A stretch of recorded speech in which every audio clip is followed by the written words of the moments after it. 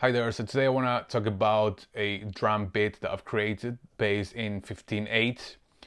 Now the reason I like this one is because there's two sections to it and each one sounds completely different to the other one. And there's this rhythmical difference between section A and section B, which in my opinion makes this beat quite interesting. Now the first part, section A, sounds very triplet based, even though it's not. This is straight eighth notes, but the reason it sounds like that is because of the placement of the snare and the bass drum because of its half time.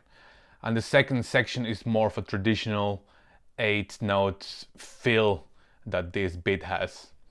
Now, if you have a look at the notation that I've written, for section A, you have all the 15 hits on the hi-hat at the top.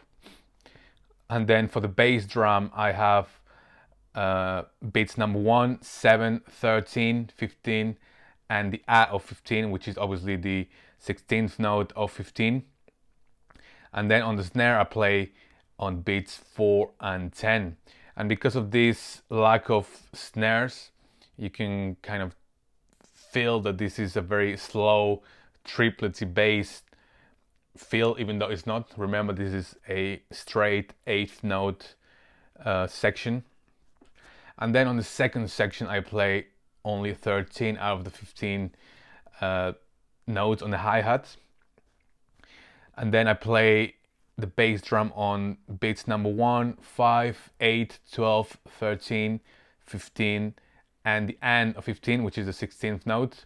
And then I have the snare on beats 3, 7, 10, 14, and the end of 14, which is again the 16th note of beat number 14. Now the way I count out 15/8 is very simple. I go up to 6 twice and then I add 3 on top. So what I do is basically 1, 2, 3, 4, 5, 6, 1, 2, 3, 4, 5, 6, 1, 2, 3. I do that over and over again. And one thing I like to do is I like to play while I'm counting out loud. And then after a while, I internalize the rhythm and I don't need to count anymore. And at that point, you can start experimenting with different instruments around the kit, and also you can start experimenting with different orchestrations and drum fills as well.